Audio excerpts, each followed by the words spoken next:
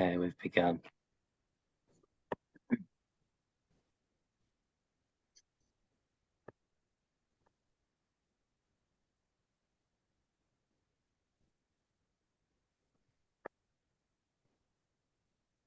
Okay, thank you. I can see a few people are coming in now. Thanks for coming in, guys. Um, yeah, welcome and thank you for joining. Today we're going to be talking over some strategies for engaging passive candidates.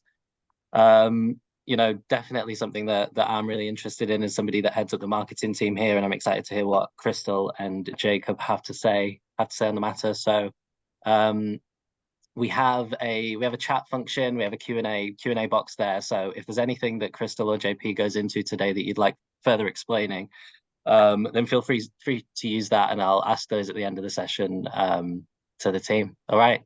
I'm going to dip out, guys. I'd leave you to introduce yourself, and then yeah, I'll speak to you at the end. Thank you. Thanks, Jacob.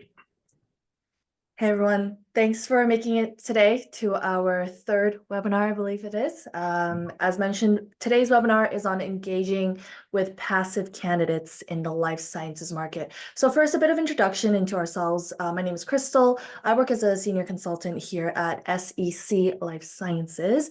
I work in our US division, and I primarily take care of all of our clinical and medical adjacent requisitions that come in from our clients with previous experience recruiting across R&D as well, really molecule to market. Cool. Thanks for that, Crystal. Hi guys, I'm Jacob. I am the sales director here at SEC Life Sciences.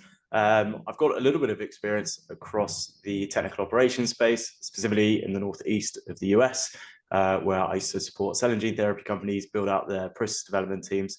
So I think for us, this is going to be a really interesting topic. I think a lot of people have been affected by layoffs, as we've talked about in recent webinars, but there's a lot of great talent out there that are still not being tapped into, and those are the guys that we call passive candidates. So in today's webinar, we're going to be talking about probably three different areas.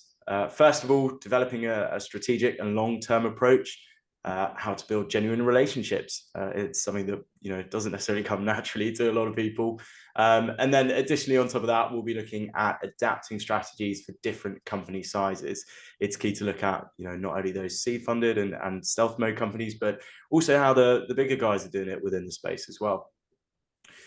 I guess on top of this, big question is why are we talking about this, right? What is it that's so key with passive candidates? And just to give you a bit of an insight, passive candidates make up about 70% of the talent market. So unless you have a strategy in place, unless you're able to tap into that, you're missing out on a large portion of the market. And especially when talent is so important in terms of helping you to achieve those goals that you might set as a company, whether again that be at stealth mode or whether it be within a larger pharmaceutical, biotech, medtech company, you need to make sure that you're bringing in the right levels. And I think more importantly onto that, passive strategies are crucial in order to engage senior level candidates. If you don't have the right senior leadership in place, it can really affect how you are going to grow as a company, but also how the teams and the structure also look. So that's a little bit into the kind of introduction to us, as well as setting the scene for what we're going to talk about today. Crystal, want to start off? Sure thing. So hopefully we can provide you guys with some actionable points that you can walk away with today. Our day-to-day job really is building that relationship and maintaining a network of both active and passive talent that can be available to us when we need and when they need us as well. So in section 1, we are going to talk about how to begin this strategic and long-term approach, and also what does that mean necessarily for your company. So firstly, let's talk about the importance of working with senior managers to forecast hiring plans over the next 1 to 2 years. Of course, this has to be adaptable depending on what stage your company is at, where your programs are at right now, if there are any pivotal projects coming up that require immediate or future talent. Now, the key to this part is the team has got to prep in advance to start preparing for passive strategy in these roles now. Time and time again, we hear from clients saying, oh, we actually needed this hire yesterday. That's like the running joke, right? We have never not heard a client say that.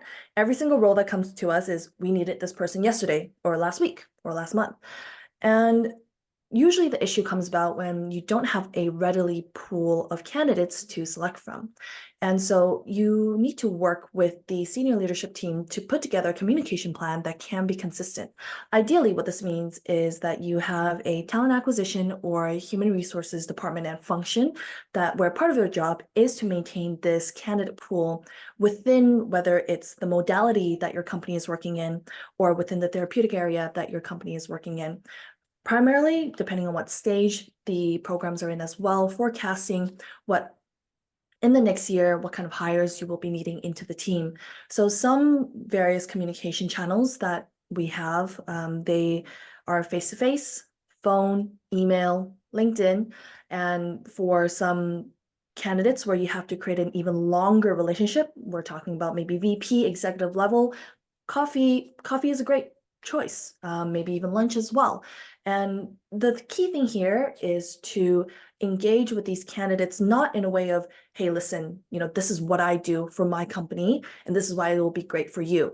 It really is about building and nurturing that relationship. So going into these communication channels, trying to understand what it is that these people are doing right now, understanding what their long-term vision is for their own career trajectory and what they have planned. And you can then start to piece together whether what they want in the future is going to be aligned with what you and your team need in the future. And how do you go about this? Of course, we're talking about over a period of time, right? It can be weeks, months, maybe even years, depending on how big your company is. So having a method of tracking these interactions is very important. The most simple form is Excel or spreadsheet. Or if you also have a CRM or ATS tool, applicant tracking system tool, that's great as well. Making sure that you update the conversations bit by bit as you go along, understanding where these candidates are in their careers.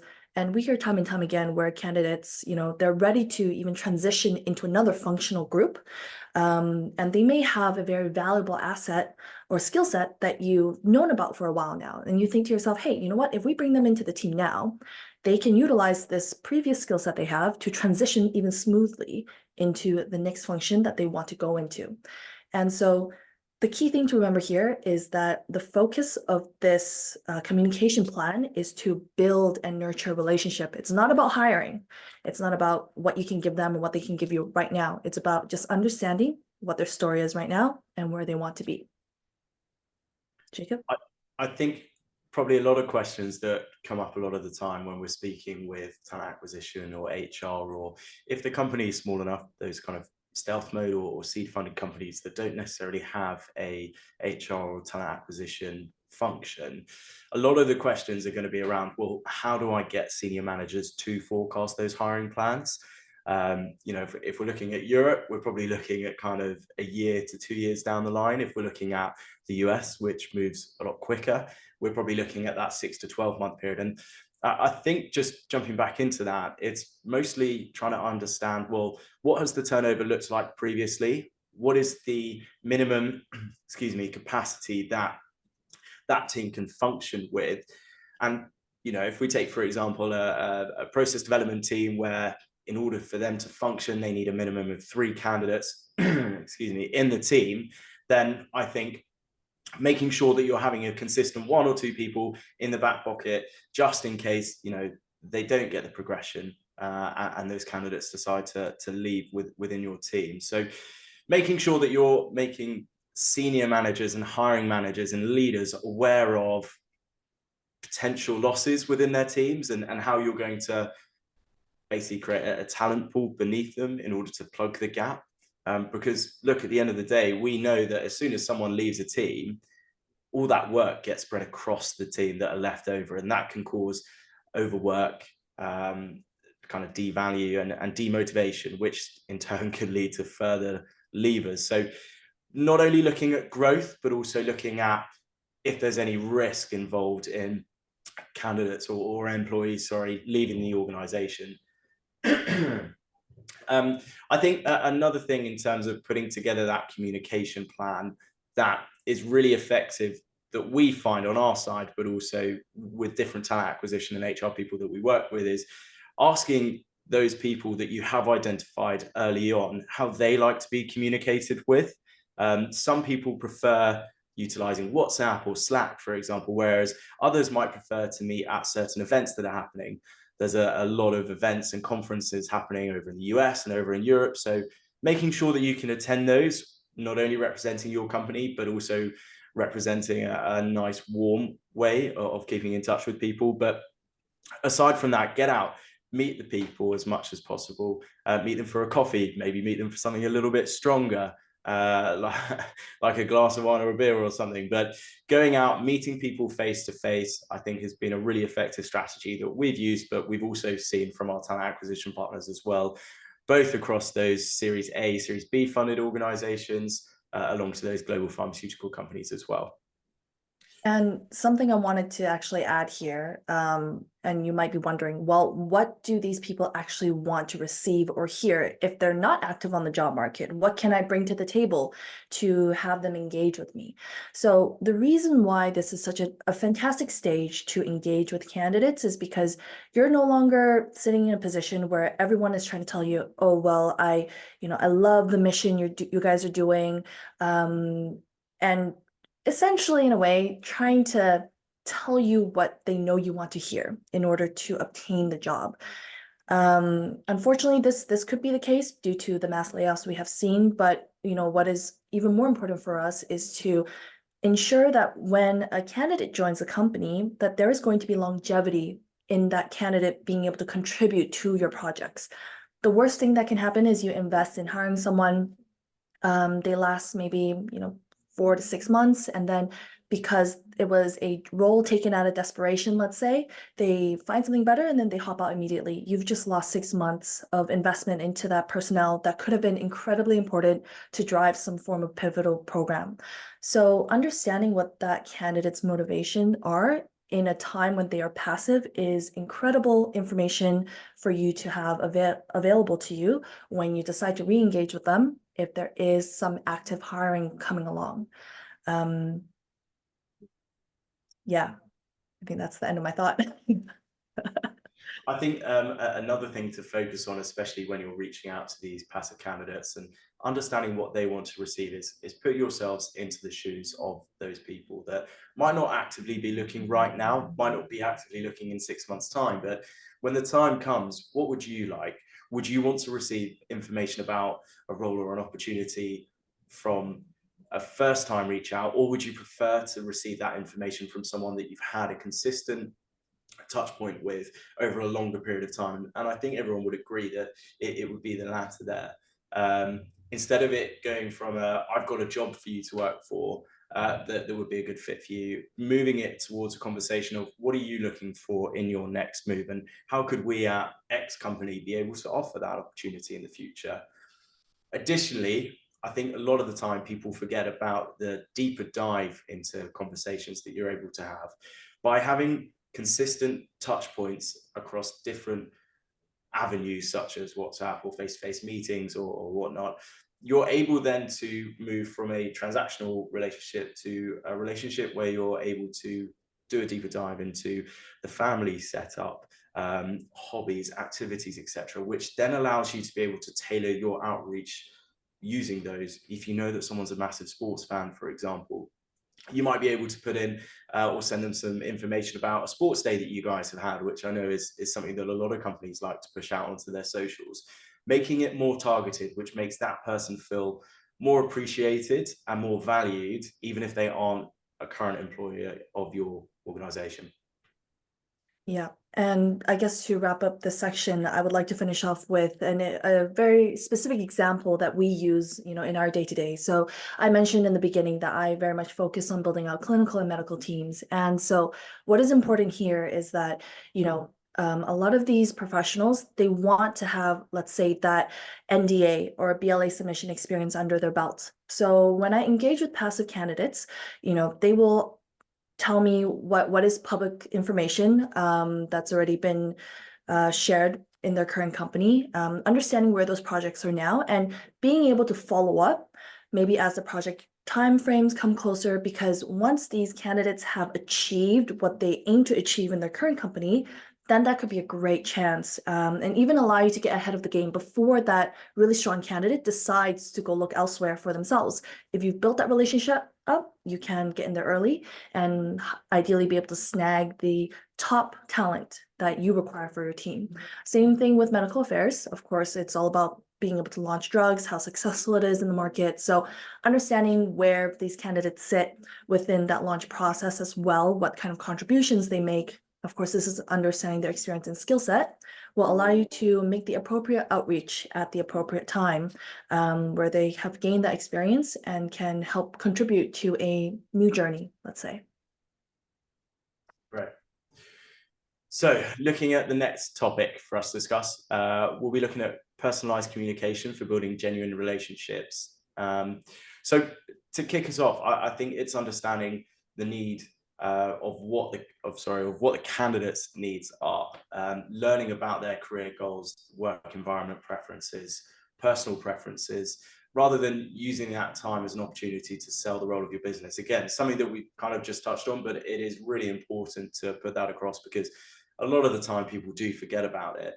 The first outreach shouldn't be about the job. It should be more about your company and how that fits in with what their aspirations are, what their preferences are within a workplace, and also their personal preferences.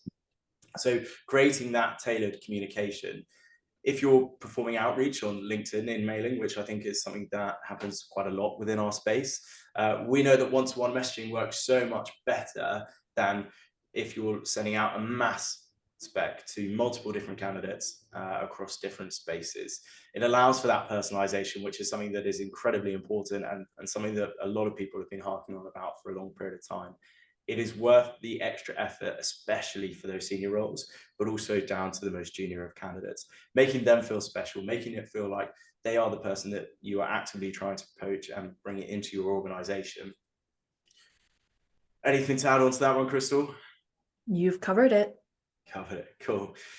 I think additionally, it's sharing that relevant content, building a personal brand as well for you. I know that one of the talent acquisition consultants that we work for at a large global pharmaceutical company is a massive believer in building a personal brand for themselves, creating that face onto the market, the face of the organization. It's a lot easier for someone to come to you as a brand rather than necessarily the brand of the organization. And look, we all know that realistically, in order for people to progress in their careers, both talent acquisition, both HRs, you will need to move from company to company. No one stays at one company for their whole career anymore. So being able to build your own personal brand will allow you to keep those connections going, no matter whether you are with one company or two companies or working across multiple portfolios. So it's really important to prioritize building that personal brand.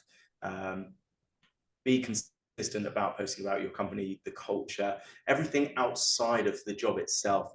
Work-life balance is really key. So being able to kind of push maybe a 4-day work week, or what you guys are up to, the holidays that you guys have, maybe some lunches, some dinners, some charity work.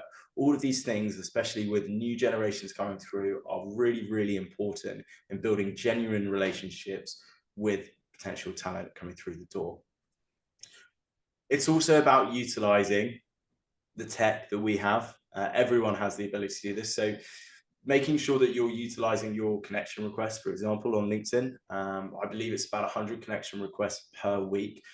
Use them to not be sporadic, to be really targeted. If you know that in 6 months' time, you need to be bringing in a VP of clinical development, start the process now by reaching out to those people that potentially could be within that network, by utilizing all of the connections as much as possible. Make sure that you're also being clear about what the strategy looks like as well with those types of posts. If you know in 6 months' time you need a VP, start posting about it. Start asking people and making those connections in order to really try and build genuine relationships within that space. Anything to add? Yeah, I was going to add something actually, with regards to the personalization of the communication, right? I think a big kind of learning step that we all should know how to take is never be assumptive when you approach someone to have a conversation about what they want. Um, to share personal anecdotes here, I've spoken with many, countless more senior professionals. Maybe we're talking about 15, 20 years of experience in that space. So they are very much, very well known subject matter experts, and they're constantly being reached out to for managerial roles, or, executive level roles, and they have zero interest. So don't be assumptive that just because someone is at a certain title, or you're approaching them as a hiring manager, with a more senior title, that they necessarily want to talk to you. So that's why we suggest not to come right out of the door with offering a job per se. It's important to understand what they truly want. Do they want to stay as an individual contributor? Because people management is not for everyone. Project management is not for everyone. Trying to understand what kind of career growth, and personal comfort they have in their current and next role is crucial for this step. And so the one thing I would like to mention, and I personally feel very strongly about, is the need to stay transparent and authentic in your communication. I strongly advise going into a call, pretending you have something for someone. I think that sets up the relationship off to a bad start. Personally, if I don't have a job role available for a candidate, I'm clear and transparent out of the gate. I say, listen, I don't think I have anything exactly in your space right now based off on what you're telling me. However, this is the reason I'm trying to make this connection. And I explain to them exactly what I'm trying to do, trying to build out the network, trying to build out the possibilities for them on my end. And that normally creates a very open and happy discussion, and the acceptance of continuing to build this relationship. If you come out of the gate with something that's not true or not really there, you then risk the, oh, well, you always say you have something for me, but you don't really. So I think, trying to understand what kind of networker you want to be is very important. To be honest, it works for some people, doesn't work for others. It's not really a one size fit all kind of method, but understanding what method you want to take in that is very important. Yeah. I think alongside with that as well, it's not a case whether you're a small biotech company or a global pharmaceutical company that you can't go along the lines of being, open about where you guys are at the moment, what your plans are for the future. We know a lot of talent acquisition people that we work with, across different therapeutic areas, across different geographies as well, hark on about being as transparent and authentic as possible, because people like working with people, and they know immediately when material's been put together by a marketing team, for example, compared to when someone's talking about it in real time, talking about their real experiences within an organization. And it doesn't necessarily, like we said, have to be all positive things. You can also talk about some of the negative things that are happening within the business at the moment, or that there might have been layoffs that have happened. The more clear and transparent you can be, the more people want to open up to you. They want to keep the conversation going, which then results in building those genuine relationships, which allows us to get access to those passive candidates, which, like I mentioned earlier, is 70% of the market. Passive candidates, in my eyes, are sometimes the best people to be able to work with. You then don't have competing offers all the time. You're dealing with people on a personal level, but at the same time, those are the guys that are within organizations that are happy. So building that long-term relationship allows you to understand what would be the motivator and the drive in order for them to move. I think that wraps that one up quite nicely. So why don't we move on to the next topic, communication and engagement, and how key consistency across those areas is going to be key in order to attract that passive. So Crystal, do you want to jump into this one? Yeah, absolutely. So I'm going to first start off with the importance of having regular check-ins. Now, you might be thinking, my God, what is regular? Is that, weekly, bi-weekly, monthly, quarterly? It can look very different depending on what you're trying to achieve. So personally, what I have done before is I have a director level candidate, even hiring manager in my network, that where I have quarterly meetings set up with them. And this meeting, normally we have no agenda. We're not going into it. I'm not saying, you know, what can I do for you? They're not going into it saying, I need this from you. But it really is just to catch up, to understand what the company is going through at the moment. To give a little bit more context, they are on the smaller side. I would say more on the size-wise as well as stage-wise. So more startup and also a smaller size company. And so having these regular check-ins with this person allowed him or her to understand what the talent pool is also going to look like if they do plan on hiring, you know, 3, 4, 5 months down the line. And that is a consistent topic that we talk about every single time we catch up. They'll ask me, hey, Crystal, you know, what have you been seeing right now when it comes to, let's say, research associates? Or what have you been seeing right now when it comes to biochemists in this space, specifically in this geographic area? And I'm sat in a really good place where, because I speak to candidates every single day, I can give very detailed information about maybe what talent is looking for, how they're planning to make moves, and also what this hiring manager can expect once they start hiring. And a really funny kind of thing we talked about was I told them, you know, with all these layoffs that are happening recently, you are probably going to receive a huge influx of applicants. You know, we're talking about in the hundreds, right? You post a job ad out, you're going to receive hundreds and hundreds of applicants. To which they responded, yeah, well, you know, only 2% of them really are relevant for the job. We kind of had a little bit of a laugh about that because it's kind of true, especially when there's such a large number of applicants. But this is also where this relationship building comes to key play, because they then went to ask me, well, you speak to these people, then if I posted a job looking specifically for this thing, would you be able to provide me with a short list within 48 hours? And I said, well, yeah, if you tell me what it is you're looking. And so this is how, when it comes to myself building relationships with these other candidates, can come in handy for potential hiring managers as well. But for them to engage with me, to understand what the talent pool is looking like, if there may be times where their own company isn't, you know, potentially doing so well, they don't know what the future looks like, they might ask me questions for themselves as well. Not saying that they're looking to make a move right here and then, but they want to understand, you know, what kind of competition they might be up against if they were to enter the job market, let's say in March versus in September 2024, maybe in March of 2025. These are all things that we may be able to help predict a little bit based off on trends we see in the market, based off on movements we see in the talent pool, even down to, you know, where talent is flowing from state to state, let's say. That's something that I find not a lot of people think about a lot, but it's actually quite interesting. You know, previously, for example, lots of talent flowing into Boston, right? Cambridge. But actually recently, a lot of talent flowing out. Not saying that it's massive to a point, but a lot more people moving out at this point now. So Yeah. these are all very important and interesting facts that we can share.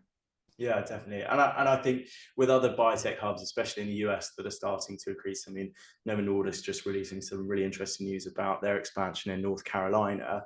If you're able to have those active conversations and those consistent conversations with passive candidates in external states, you're able to then understand what their family situation looks like, for example, in terms of potentially relocating them if you were to be part of the Novo Nordisk talent acquisition team down into North Carolina.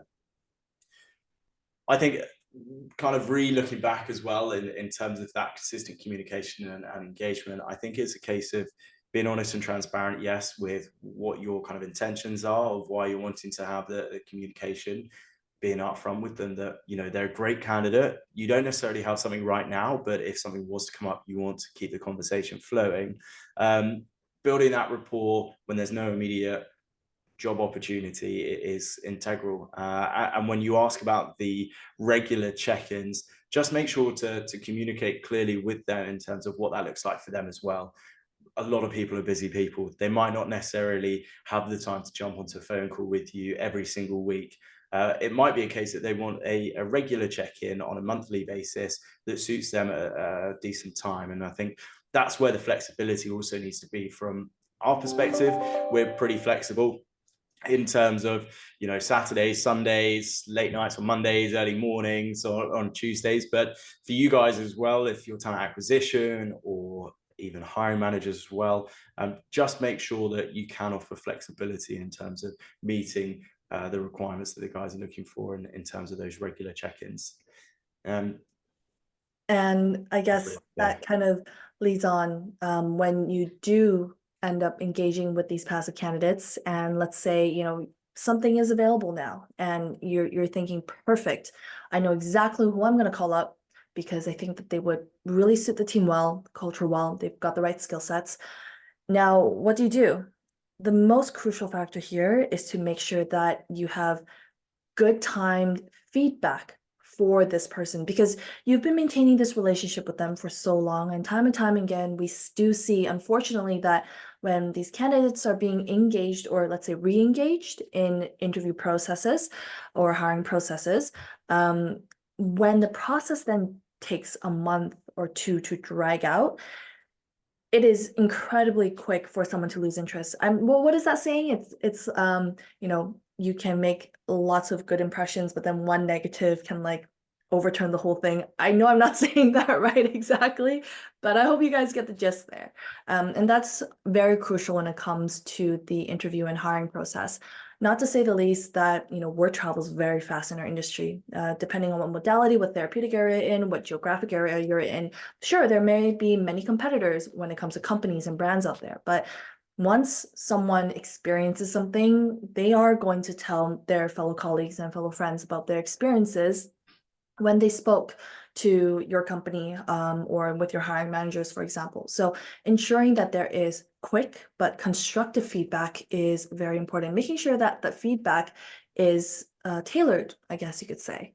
And also making sure that the whole process is candidate-centric is incredibly important. Of course, you know, sitting from the interviewer side, it's important for, let's say, TA HR functions to appease, let's say, hiring managers in a little bit. You know, you're trying to hire for your hiring manager, right? You're trying to fill this role on their team. They're telling you what they need, and you're going out to try to find this candidate for them. But as much as you're trying to do that, ensuring that the process is candidate centric and that the candidate is at the heart of your process is probably going to be very important. They're going to be able to impact what others perceive you as, and they're going to remember how you approach them, and they will also remember the positives of how you made them feel, the kind of feedback you give them, and also how detailed that feedback is. And so, unfortunately, if, you know, it turns out that maybe this person isn't right for that role, the passive candidate may feel like their time was a little bit wasted. However, this just means that you have to put extra emphasis on tailoring a positive candidate experience for them, because sometimes people can go through interview processes, you know, multiple rounds, and over time, maybe the job description went through a couple of reiterations, maybe the needs of the team have switched up, are a little bit different now, depending on what the other teams are doing. Making sure you have that clarity and providing them that that is the reason maybe they're not good fit for the role anymore is just as important as well. Definitely. And I think, you know, we always forget that what we do, the life sciences space, is such a small market. You know, if we're looking at the US, yes, you can maybe relocate people across different states in order to gain access to new talent, but realistically, that's getting more and more difficult. There's less people coming out of college, out of universities with the skill sets that people are looking for. And as we're looking at, you know, further investment and private equity money and funding coming into the industry, because they're looking at companies that are later phases, the hiring is more focused, on experienced candidates. If you've burnt that previously by having, you know, a slow process or not getting the right feedback back, you're missing out on really good candidates that probably had interviewed or applied previously. So it's really, really key that, especially with these passive candidates that you would have engaged with prior, to make sure that you're being effective, you know, you're being transparent. If they're not the right candidate at that time, tell them. Over to Europe, the likelihood of relocating people is difficult. More and more companies are starting to move from remote work or hybrid work into being on site as much as possible. So the talent pools are starting to reduce in size. And the only way that you can access and stay on top of those talent pools is by engaging with those passive candidates and being consistent with them, so that, you know, when they're ready to move, they know that you're the right company that they want to move to, because of those consistent touch points where you've been able to identify their motivations, what works for them, and just create, I guess, a perfect hiring harmony. Absolutely. And this isn't just coming from us from an agency perspective. We have, internal talent acquisition partners who adopt this process, and it's worked out incredibly well for them. We do partner with them for extra niche roles that they may need to hire for, but to provide some context, this talent acquisition partner works within a space for a global biopharma company that is notoriously hard to hire for. Not only skill set wise, but also geographic location wise. And what the method that they've adopted is to actually have monthly check-ins with their own network via LinkedIn. So this can look something as simple as dropping them a message just to see how things are going. Because they understand that, things can change at a drop of a dime. 1 second, someone might not be looking, but noon strikes and then they hear some insider information in their company, and then suddenly they have a change of heart. They immediately want to start going out there and looking for a job.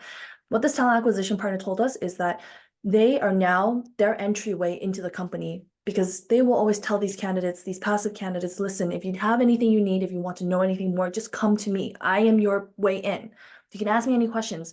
I don't know if we have active roles for you right now, but we can always keep you in mind. And the success rate of this talent acquisition partner is pretty incredible for a hard place to recruit for, and also skill set area.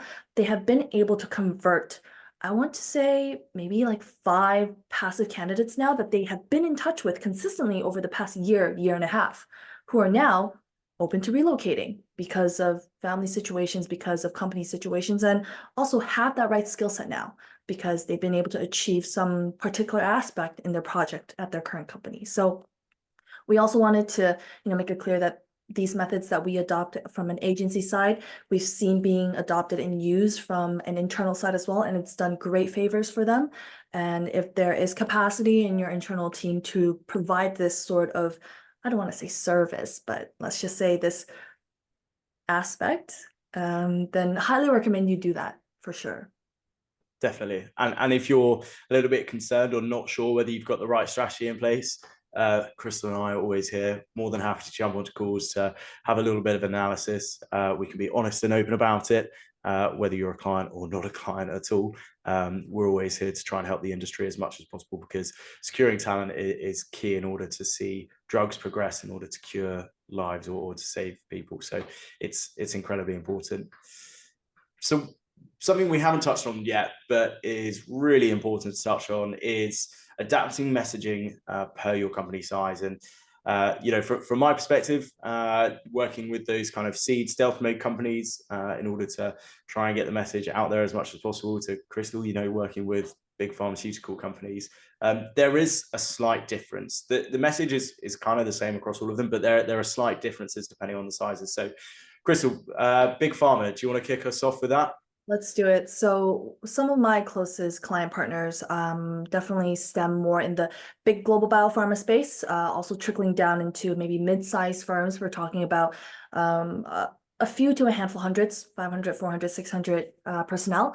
But let's start off with big pharma. So big pharma, usually strong pipeline. You've got a lot of news out there for people to search you up on, and you will always have a pool of active candidates that are interested in your company due to the pedigree you have in the industry or the recognition that your name may ring. So how do you use this to your advantage? You have such a large network, and you also have a brand recognition. So utilizing second degree connection here can be very helpful. With such a wide internal talent pool already, or internal network, taking a look on your employees' LinkedIn profiles, see who is your second or third LinkedIn connections, and maybe reaching out to them and just dropping them a note to create a connection there to see what they're up to, if they might be potentially interested with a role with your company in the near future. But also don't mistake that just because you do have that pedigree and you do have that recognition, that everyone wants to join you. Unfortunately, that is something that we have heard a lot from larger biopharma companies, is they'll kind of throw their hands up in the air and say, well, we do this, we have this, why wouldn't they want to come to us? that's coming from an insider's perspective, which is why it's so much more important to engage with passive candidates to really try to understand what is the narrative that your company is putting out there amongst the talent pool. Even though, you know, some companies say they have a very strong pedigree in whichever therapeutic area they're working in, you also have a handful of candidates who may not have had the best interviewing process experience. I've had it where I've reached out to those people and they say, if it's with this company, I am absolutely not interested. I will never interview with them again because I had a very bad experience, et cetera, et cetera.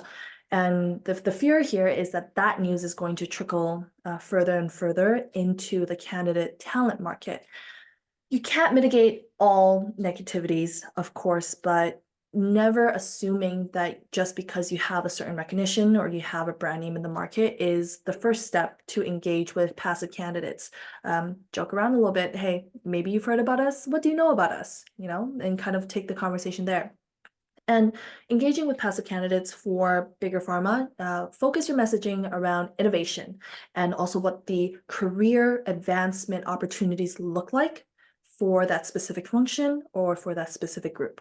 A lot of the reasons why people want to join big pharma is the ability to soak up a lot of knowledge from very specific experts that have done that job for many, many years. But another hesitancy could be that they know, you know, the higher up in the pyramid you go, the less growth opportunities you have. So outlining what their potential growth opportunities may look like in that function is going to be crucial for engaging with them in the near future.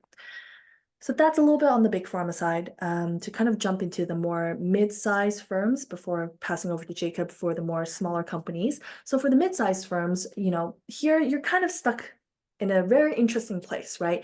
You are battling for talent from both the big guys, which, you know, technically is being the passive candidate pool here is a potential gold mine for you, but also with the smaller stealth mode companies that, you know, have very exciting, very innovative, very fresh and new ideas that a lot of the, you know, hardcore scientists are probably interested in joining. So what's important here is to highlight the unique projects that you've done, the partnerships that you have, whether it's with both big and larger companies, and also the ability that your products have to make a significant impact. Calling and connecting with these passive talents directly as a candidate would be important, and allowing them to know also how far your company has come. You know, how did you grow to this size? Maybe, you know, how many years did it take you to get to this size? How many years did it take you to get to this point of your project? Is going to be really good information for that candidate to know for future consideration of joining your mid-sized company. Great.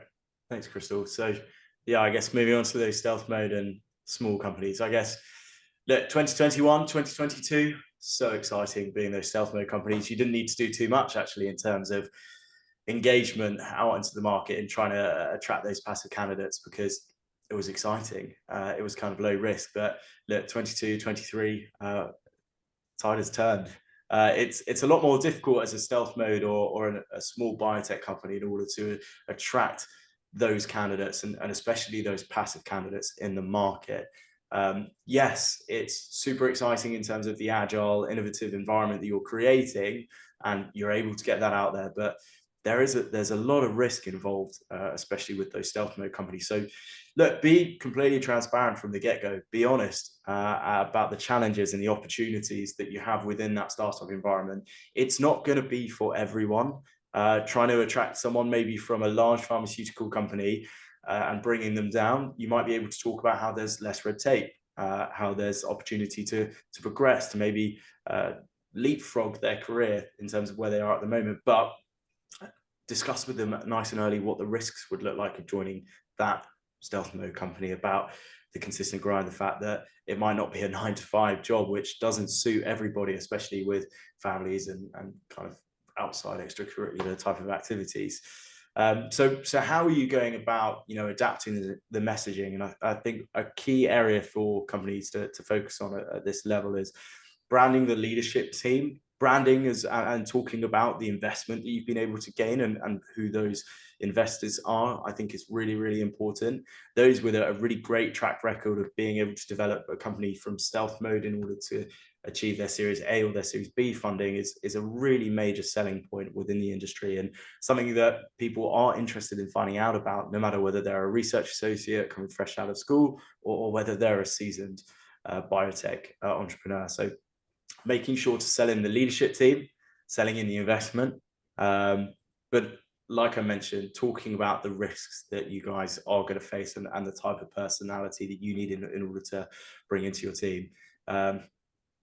You have to go about on a more aggressive, proactive approach with obtaining these passive candidates in the market because of that risk. So yeah, I think from my perspective, stealth mode, early stage companies, super exciting. But I think right now you guys need to be more proactive when it comes to engagement compared to, you know, the lesser known mid-sized firms or the big pharmaceutical companies. And those talent acquisition people, those HR people that are reaching out, you've got to remember most of your job as well is about marketing, especially when it comes to passive candidates. So add it to your job description for you guys out there. Make sure that you're upskilling yourselves on marketing. By all means, feel free to reach out to myself or Crystal as we kind of do a little bit of EVP analysis as well on a lot of companies. But make sure that you're actively marketing. You're being proactive in this marketplace, and don't be scared. I think we've probably talked about, you know, needing to create those talent pools 6, 12, 18 months in advance. Don't be nervous or scared if right now you don't have them in place. By all means, reach out to us. Let us know. We might be able to come up with some quick solutions, but it's better to start today. We're starting to come to the end of that 18-month cycle of a bit of uneasiness within the market. We're starting to see green shoots from our end, which is really exciting, both for candidates, but also for hiring managers and companies. So now is a great time to start looking. Look at the end of Q3, look at the beginning of Q4 and start planning ahead for 2025. Start planning ahead. Planning ahead. I know it's scary to think we're halfway through the year already. Exactly. Oh, go on, Crystal. Sorry. Yeah. Don't worry, I'll take this, Jacob. So I guess, you know, we've covered the main sections we wanted to touch base on today. Just to kind of run through them again, they were, you know, why it's important to attract passive talent and how to develop a strategy, personalized communication, and also what the difference looks like depending on what company size you are. If you guys want any kind of refreshers, please don't hesitate to reach out. We're going to wrap up here with some questions, actually, allowing the space for any kind of immediate or pressing questions to come through. So we'll give this a little bit of time for them to come through, and then we'll go take it from there. Thanks, guys. We have 2 questions. We have one here from Sam, and that says, what do you find is the best method of staying in contact with candidates? What are the formats that work best for you?